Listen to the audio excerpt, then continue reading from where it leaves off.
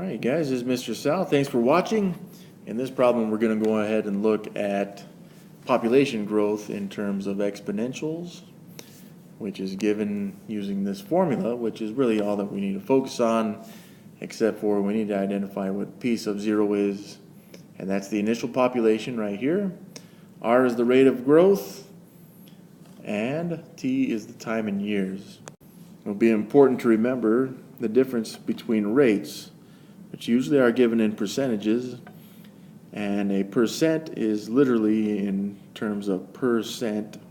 A cent is 100th, so it's per 100. For example, when we look at 50%, we would want to put this into a decimal for our rate. So one way to look at this, and this is a very common percentage, so some of you guys already know it, but this is how that works, is that you have 50 per 100, which when you divide would give you the decimal value, which is 0.50, and of course we don't really need that 0, but 0.5 will work.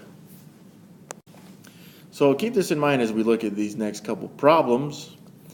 In some cases we'll have to figure out the future population, which is p of t.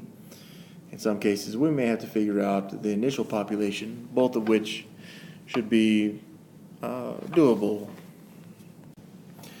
Alright, so the population of the world in 1987 was 5 billion, and the relative growth rate was estimated at 2% per year. Assuming that the world population follows an exponential growth model, find the projected world population in 2000. Round your answer to 2 decimal places. So I've written the formula here just so we can see it and work with it from this point. P sub 0 is the initial population, R is the rate, and T is the year since the initial population was taken. So I'm going to go ahead and color code these as well. Alright, and the reason I do this is just so you can see where we're plugging each of the values in, and of course T is still this blue value here. So let's look at the values it gave us. Did it give us an initial population? Yes, it did. And that value is 5 billion, which I'm just going to write as 5b. I'm just going to use 5 in the equation as well, since we're going to round this to 2 decimal places, which we wouldn't use in from the ones position because we can't have 2 decimal places of a person. The rate that was given is 2% per year, so that's 2%, which is 0.02, or 2 divided by 100. And the number of years, so we want to know what the population will be in 2000, which would be after 1987, but how many years is that? So that would be 13 years.